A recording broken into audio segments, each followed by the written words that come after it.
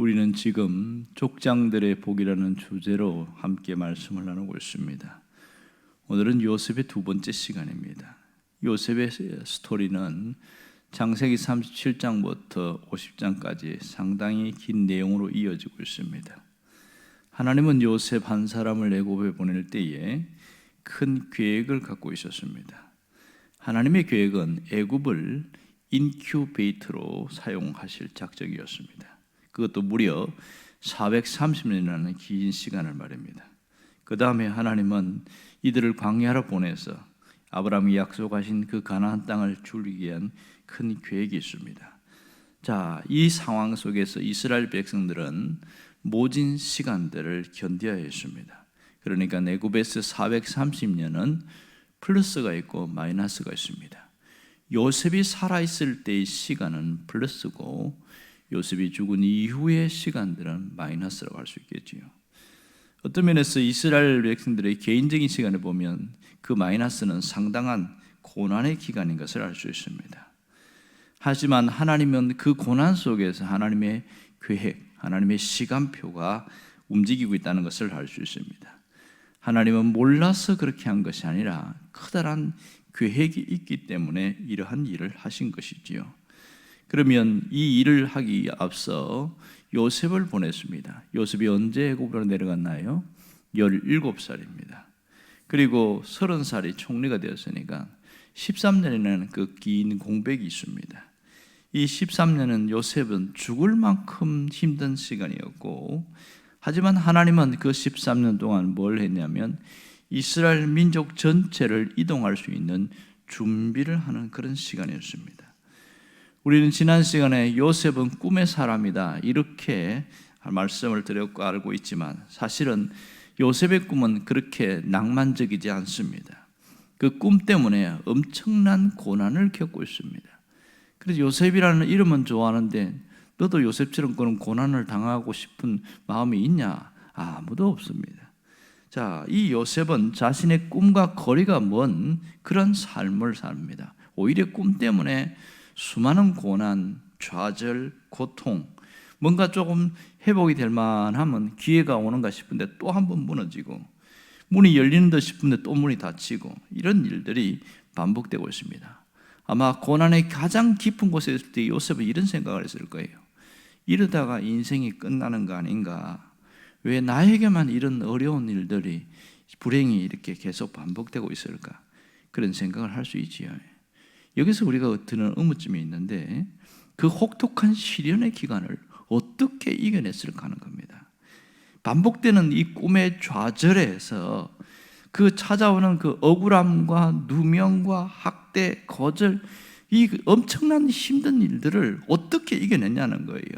마음의 평정을 유지하고 이렇게 갈 수 있는 비결이 뭘까? 이런 생각을 많이 해봅니다.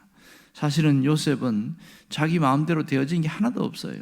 핸들을 오른쪽으로 꺾었는데 차가 왼쪽으로 가는 겁니다. 이 엄청난 힘들 속에 감당할 수 없는 이 어려움을 알고 있지요. 순수한 마음으로 형들에게 갔지만 형들은 그를 팔아먹어 버렸어요. 원수처럼 취급했고요. 그리고 보디발의 집에서 끝까지 충성을 했는데 더 큰 힘이 작용해서 감옥으로 들어가게 되어지고, 왜 내 인생은 이 모양이냐는 거예요. 이럴 때에 그에게는 얼마나 복수심과 분노로 치달을 수 있을까요? 자, 형들을 만날 때가 무려 22년의 시간입니다. 그러니까 13년의 고난의 기간과 이 총리로 있을 때 9년째에 만났으니까 22년의 기간에, 근데 형들을 만났을 때 분노의 감정이 없었어요. 아마도 복수할 수 있는 기회도 있었는데 그 형들에게 복수하지 않습니다. 일종의 시험은 하지요. 과연 이 형들의 마음이 어떻게 달라졌는가? 하지만 복수는 하지 않습니다. 어떻게 이렇게 할 수 있었을까요? 그 비결은 7절에 있습니다. 7절에 보면 하나님이 큰 구원으로 당신들의 생명을 보존하고 당신들의 후손을 세상에 두시려고 나를 당신들보다 먼저 보내셨나니, 이렇게 이야기합니다. 분명히 형들이 요셉을 애굽에 팔았거든요. 그런데 요셉의 말은 정반대입니다. 하나님이 보내셨다, 이런 얘기를 하고 있어요. 이 요셉의 반응을 보면 지난 날에 대한 증오심이 하나도 없다는 걸 알 수 있습니다. 왜 이렇게 달랐을까?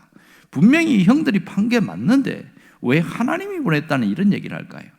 그것은 요셉이 자신에게 일어난 그 사건을 바라보는 관점이 달랐기 때문이었습니다.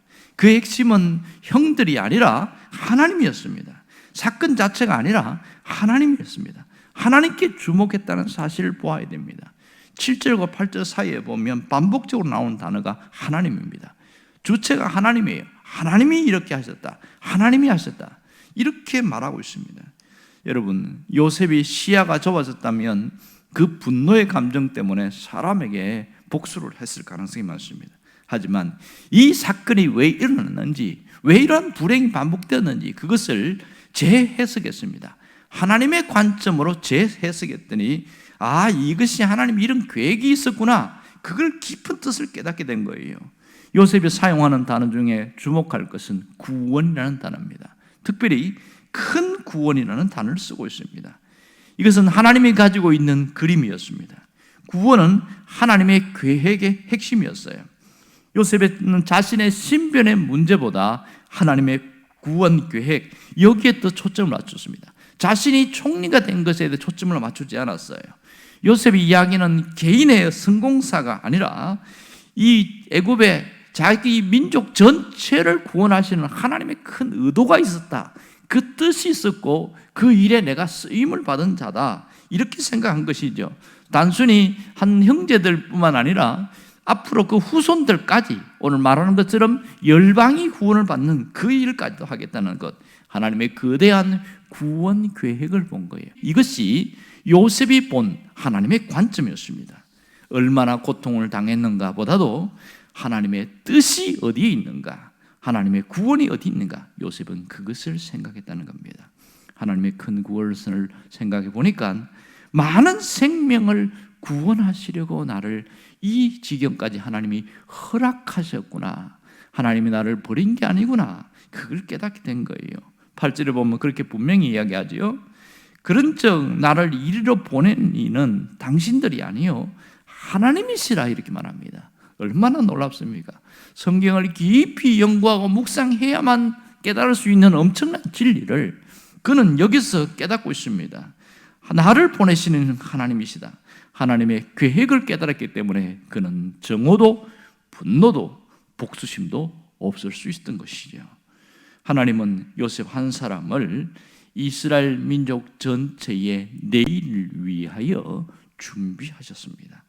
우리는 하나님께서 요셉을 통해서 내일을 준비하신 그 모습을 볼 수 있어야 됩니다. 그 하나님의 크고 놀라운 계획을 볼 수 있어야 돼요. 여기서 우리에게 주시는 하나님의 메시지가 뭡니까? 하나님은 내 삶의 내일을 준비하고 계신다는 사실을 알아야 됩니다. 내 삶의 미래를 열어가시기 위해서 모든 것을 하나님은 준비하고 있습니다. 좋은 일이든 나쁜 일이든 안 좋은 일이라도 모든 것을 하나님이 그걸 통하여 내 삶의 내일을 준비하십니다. 그러므로 내일을 준비하신 하나님, 내 삶의 미래를 준비하시는 그 하나님에 대한 분명한 확신이 있으면요, 눈앞에 있는 현실이 어떻게 펼치든 간에 좌절하거나 실망하거나 주저앉지 않는다는 사실입니다. 또 하나는 복의 관점으로 봤을 때 요셉은 바로 복의 열매를 맺는 사람이다, 이렇게 볼 수 있겠지요. 그 열매가 뭡니까? 구원이에요. 민족의 구원이라는 것이죠. 이 미래를 열어가시는 하나님께서 삶의 회복이라는 그 넘어서 그 복의 열매를 맺게 하시는 놀라운 일을 보고 있습니다. 우리도 살다 보면 주위 현실에 너무 조여오고 힘들 때가 있어요. 그럴 때 우리는 많이 좌절하고 넘어집니다. 사람을 가장 힘들게 하는 존재가 뭔지 아세요? 사람을 주저앉게 만드는 존재는 사람입니다. 또 다른 사람입니다. 그 사람이 하는 말 때문에 맥이 풀리고, 그 사람이 하는 행동 때문에 실망하고 좌절해버리고, 그 사람이 하는 모든 것 때문에 다 심지어 신앙조차도 손을 놓고 싶어하는 그런 마음이 많습니다. 또 하나는 내가 감당할 수 없는 현실이 있어요. 견딜 수 없는, 바꿀 수 없는 현실의 벽이 있다는 겁니다. 이럴 때 우리는 굉장히 힘들어합니다. 하나님의 계획이 도대체 어디 있는가? 아무리 봐도 보이지 않거든요. 하지만 분명한 것은 내 인생의 답은 하나님께 있습니다. 모든 문제의 해결은 하나님께 있다는 것을 알아야 됩니다. 이것을 볼 수 있어야 믿음의 사람이다, 이렇게 말합니다. 하나님은 좋으신 분입니다. 하나님은 선하신 분입니다. 하나님이 그것으로 선을 바꾸사 그 모든 것을 선으로 바꾸신다, 이렇게 말합니다. 하나님은 악한 세상 속에서 모든 것을 선으로 바꾸는 선하신 분인 것을 인정하고 간다면 이 불행도, 이 고통도, 이 아픔도 하나님은 선하게 바꾼다는 것을 알게 되어지죠. 이것을 알면은 우리의 태도가 달라져요. 신앙적 태도가 다릅니다. 어떻게 달라질까요? 하나님의 주권을 인정하는 삶을 하는 거죠. 하나님의 주권을 인정하는 거예요. 지금은 어렵고 힘들지만 하나님이 반드시 건지신다. 그게 하나님의 주권을 인정하는 거예요. 지금 이 상황 속에 내가 이해할 수 없지만 하나님의 크고 놀라운 계획이 있을 것이다.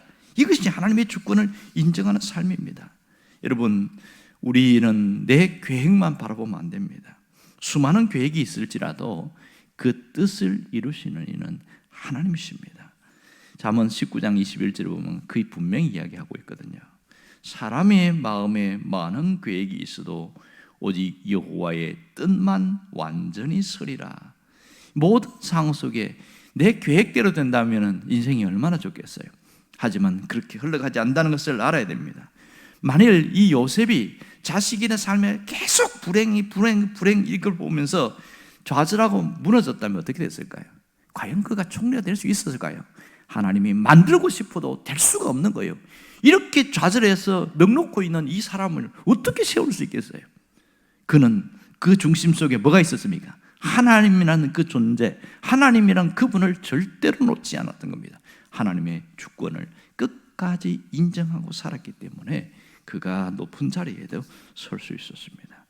분명한 것은 하나님은 오늘 우리에게도 복의 열매를 맺게 하시는 분입니다. 복의 열매를 맺게 하시는 분, 이 하나님을 기억해야 됩니다. 우리에게 힘든 현실이 있지만 결국은 삶의 회복을 하나님이 여러 가지다는 사실을 놓치지 않기를 원합니다. 여러분, 우리에게 열매가 어떻게 맺어집니까? 내가 맺는 게 아니에요. 아무리 계획해도 하나님이 맺어갑니다. 예수님이 살아계실 때 요한복음 15장에 보면 중요한 얘기를 합니다. 열매를 맺는 것은 바로 원줄기다, 이런 이야기입니다. 그래서 가지는 줄기에 붙어 있기만 하면 된다, 이렇게 이야기합니다. 가지는 줄기에 붙어 있을 때에 열매를 맺습니다.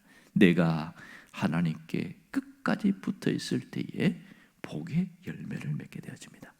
그렇다면 여기서 오늘 현실 속에서 내가 가져야 될 신앙적 태도가 뭘까요? 그것은 관점을 바꾸는 거예요. 현실에 일어난 사건을 바라보는 관점을 바꿔야 됩니다. 사람들이 가한 행동을 묵상하기보다는 하나님께 더 관심을 가져야 됩니다.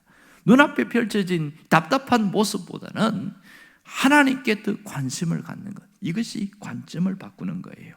관점을 바꾼다는 것은 내 삶의 주도권을 내가 쥐고 있는 것이 아니라 하나님께 내어드리는 겁니다. 하나님이 하십시오. 하나님이 역사하세요. 그렇게 자신을 모든 것을 내어주는 사람은 말하는 게 달라요. 어떻게 달라진 줄 아세요? 지금은 힘들지만 하나님이 좋게 하실 것이다. 그는 끊임없이 중얼거리면서 하나님이 좋게 하실 것이다, 하나님이 선하게 이룰 것이다. 이런 사람에게 절망이 있을까요? 이런 사람에게 좌절이 있을까요? 결코 없습니다. 여러분들이 눈앞에 있는 펼친 모든 상황 속에 하나님의 관점을 갖기를 바랍니다. 그리고 힘든 현실을 이겨낼 수 있기를 원합니다. 절망의 현실을 이겨낼 수 있기를 바랍니다. 하나님은 반드시 역사하십니다. 그 하나님의 역사를 여러분들이 만들어낼 수 있기를 주의 이름으로 축원합니다. 기도하겠습니다.